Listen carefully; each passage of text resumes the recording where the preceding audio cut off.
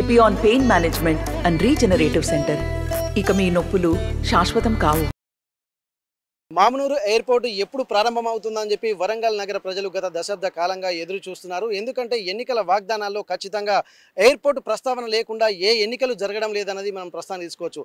అయితే దీనికి సంబంధించి ఈ forum for better Warangal Pulluru Sudhakar గారు మన ఉన్నారు, ఫౌండర్ ప్రెసిడెంట్ గారు. అతను వరంగల్ నగరాన్ని మీద అన్ని సర్వేలు చేశారు, నగరానికి సంబంధించినటువంటి డెవలప్మెంట్ మీద అన్ని ఆలోచనలు చేస్తున్నారు. ప్రస్తుతానికి వారి ఆలోచనల పరంగా ఎప్పుడు దీని ప్రారంభమైంది, దీనికి సంబంధించినటువంటి వివరాలని పుల్లూరు సుధాకర్ గారు మనతో ఉన్నారు. వారిని అడిగి మరిన్ని వివరాలు తెలుసుకుందాము. సార్, ఇప్పటివరకు అయితే మామునూరు ఎయిర్పోర్ట్ వస్తే మాకు ఎంతో ఇన్ఫ్రాస్ట్రక్చర్ డెవలప్ అవుతూ ఉంటుంది.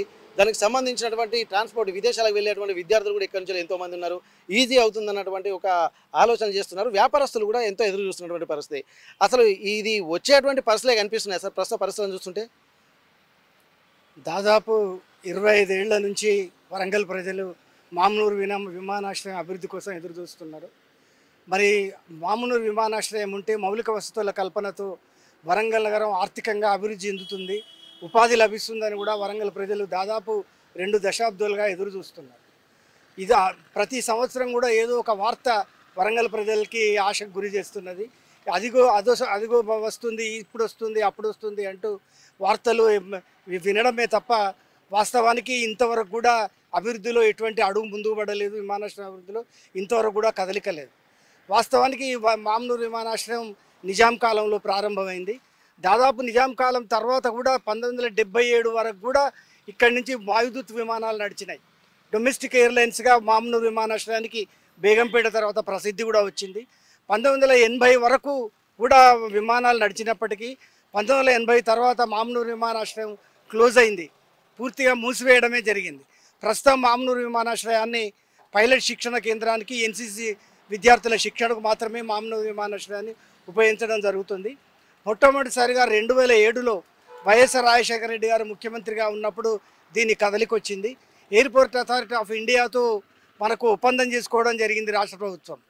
తర్వాతి కాలంలో కూడా 2008-9లో వరంగల్కి కడపకి కలుపుతూ ఒక 6 కోట్ల రూపాయలు కేంద్ర ప్రభుత్వం విమానాశ్రయ అభివృద్ధికి మంజూరు చేయడం జరిగింది. 2009లో మళ్ళీ దాదాపు ఉమ్మడి ఆంధ్రప్రదేశ్లో ఒక 6 విమానాశ్రయాల్లో మామునూరు విమానాశ్రయాన్ని కూడా కలుపుతూ ఒక 59 కోట్ల రూపాయలు అభివృద్ధికి కేంద్ర ప్రభుత్వం మంజూరు చేయడం జరిగింది. మరి నిధులు మంజూరు అయినా కూడా విచిత్రం ఏంటంటే అసలు విమానాశ్రయ అభివృద్ధికి అడుగు ముందుకు పడలేదు, అసలు కదలికే లేదు.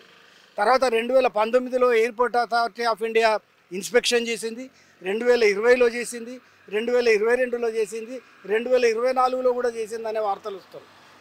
2020లో ఉడాన్ పథకం కింద తెలంగాణకు 6 విమానాశ్రయాలను ఇస్తూ అందులో మామునూరుని కూడా ఇంక్లూడ్ చేయడం జరిగింది. అయినప్పటికీ కూడా మరి గత ప్రభుత్వం అలసత్వంతో మీకు ఇది అసలు కార్యరూపానికి దాల్చలేదనే మనకు లోక్సభలో మంత్రులు చెప్పిన సమాధానాన్ని బట్టి మనకు తెలుస్తుంది. ఈ మధ్య కాలంలో కూడా మళ్ళీ ఇప్పుడు 2024లో సర్వే జరిగింది. విమానాశ్రయానికి 253 ఎకరాల భూమి ప్రభుత్వం కేటాయించింది అన్న వార్తలు కూడా వినవస్తున్నాయి. సార్, ఇప్పుడు మనకు ఈ పూర్తి స్థాయిలో ఒక విమానాశ్రయం డెవలప్మెంట్ కావాలంటే అసలు గతంలో అన్యాక్రాంతమైంది, భూములు అన్యాక్రాంతమైంది చెప్పి అంటున్నారు. నిజంగా ఎంత అన్యాక్రాంతమైంది, అసలు దీనికి ఉన్నటువంటి భూములు ఎన్ని, ఎంత అన్యాక్రాంతమైంది, ప్రస్తుతానికి మళ్ళీ వీళ్ళు అన్యాక్రాంతమైనటువంటి భూముల్ని మళ్ళీ యాక్టివేషన్ చేయడం ఏంటి? వాస్తవంగా నిజాం మామునూరు విమానాశ్రయాన్ని ప్రారంభించినప్పుడు మామునూరు విమానాశ్రయం విస్తీర్ణం 1875 ఎకరాలు. 1980లో విమానాశ్రయాన్ని మూసేసిన తర్వాత 400 ఎకరాలు 4th బెటాలియన్కి, తర్వాత 550 ఎకరాలు పాడి పరిశ్రమకి, 200 ఎకరాలు కబ్జాకు గురైందనేది మనకు తెలుస్తున్నది. చివరికి మిగిలింది 750 ఎకరాలు మిగిలింది. గతంలో ఇన్స్పెక్షన్ చేసినప్పుడు ఎయిర్పోర్ట్ అథారిటీ ఆఫ్ ఇండియా చాలా స్పష్టంగా చెప్పింది 1200 ఎకరాలు ఉంటేనే అభివృద్ధి సాధ్యమవుతుందని. నిజాం కాలంలో విమానాశ్రయానికి ఉన్న 1875 ఎకరాల్లో 1980 తర్వాత 400 ఎకరాలు TSF 4th బెటాలియన్ APSPకి, మామునూరు పోలీస్ స్టేషన్కి, నవోదయ విద్యాలయాన్ని కేటాయించడం జరిగింది. మరొక 550 ఎకరాలని డైరీ ఇండస్ట్రీకి కేటాయించారు. ఇంకొక 200 ఎకరాల దాకా కబ్జాలకు గురైనట్టు, అన్యాక్రాంతమైనట్టు తెలుస్తుంది. అంటే చివరికి మిగిలింది 750 ఎకరాలు మిగిలింది. మరి గతంలో ఎయిర్పోర్ట్ అథారిటీ ఆఫ్ ఇండియా వాళ్ళు చెప్పిన దాని ప్రకారం 1200 ఎకరాలు ఉంటేనే పూర్తి స్థాయిలో అభివృద్ధి జరుగుతుందని మనకు ఎయిర్పోర్ట్ అథారిటీ ఆఫ్ ఇండియా చెప్పడం జరిగింది.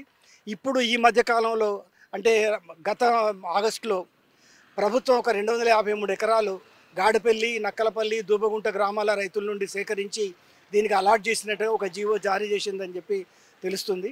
దాంతో పాటుగా జిఎంఆర్ అనుమతి కూడా తీసుకోవాలని కూడా ఆ జీవోలో ఉన్నట్టు తెలుస్తుంది మనకి. దాంతోపాటు రక్షణ శాఖ అనుమతి కూడా తీసుకోవాలి. దాదాపు 2007లో జిఎంఆర్తో ఒక ఒప్పందం జరిగింది ప్రభుత్వానికి. 150 కిలోమీటర్ల దూరంలో శంషాబాద్ ఎయిర్పోర్ట్కి 150 కిలోమీటర్ల దూరంలో ఎటువంటి విమానాశ్రయాన్ని ఏర్పాటు చేయొద్దు అనేది ఆ ఒప్పందం. ఆ ఒప్పందం ఒక హర్డిల్గా మామనూరు విమానాశ్రయానికి మారింది. ఇప్పుడు ఆ ఒప్పందం అది క్లియర్ అయినట్టు తెలుస్తుంది. కాబట్టి ఇప్పటికైనా మేము ప్రభుత్వాన్ని విజ్ఞప్తి చేస్తున్నాం, మరి లోక్సభ ఎన్నికల తర్వాతనైనా కూడా మామనూరు విమానాశ్రయాన్ని ఉడాన్ పథకంలో ఉంది కాబట్టి ఉడాన్ పథకంలో కనుక సెంట్రల్ గవర్నమెంట్ విమానాశ్రయ అభివృద్ధికి సంబంధించిన అన్ని నిధుల్ని మంజూరు చేస్తుంది. రాష్ట్ర ప్రభుత్వం మాత్రం మౌలిక వసతుల కల్పన చేస్తే సరిపోతుంది.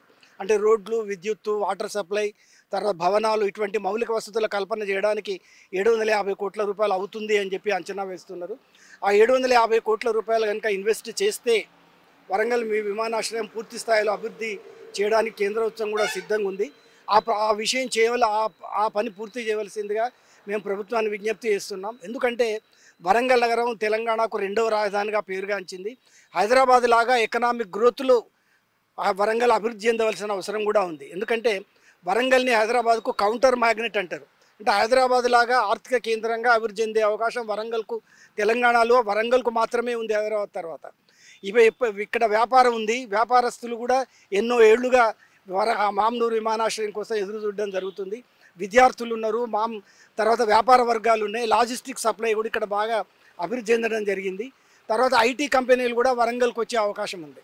అంటే ఈ రకంగా కనుక మనం ఆలోచిస్తే మౌలిక వసతుల కల్పనతో విమానాశ్రయం అభివృద్ధి చెందితే వరంగల్ నగరం మాత్రం హైదరాబాద్ తర్వాత తెలంగాణ రాష్ట్రానికి అధిక ఆదాయాన్ని ఆర్జించి పెట్టే అవకాశం, ఉపాధి కల్పన జరిగే అవకాశం కూడా ఎక్కువ ఉంది. కాబట్టి ఈ విషయంలో లోక్సభ ఎన్నికల తర్వాత చర్యలు తీసుకోవాల్సిందిగా మేము పౌర సంఘాల తరఫున ప్రభుత్వాన్ని విజ్ఞప్తి చేస్తాం. Okay, thank you sir. అయితే ఇప్పటికే ఇన్ఫ్రాస్ట్రక్చర్ డెవలప్ అయితే మాత్రం ఒక రాష్ట్రం కూడా అభివృద్ధి చెందేటువంటి అవకాశం ఉంటుంది. అందులో భాగంగానే రోడ్లు, అలాగే ఇన్ఫ్రాస్ట్రక్చర్ కోసం ఇటు రాష్ట్ర ప్రభుత్వాలు, కేంద్ర ప్రభుత్వాలు ప్రత్యేక దృష్టి సారిస్తున్నాయి. అయితే కావాల్సినంత దృష్టి సారించకపోవడంతోనే ఇక్కడ అభివృద్ధి అనేది జరగడం లేదన్నది కూడా మనకు సుస్పష్టంగా కనిపిస్తుంది.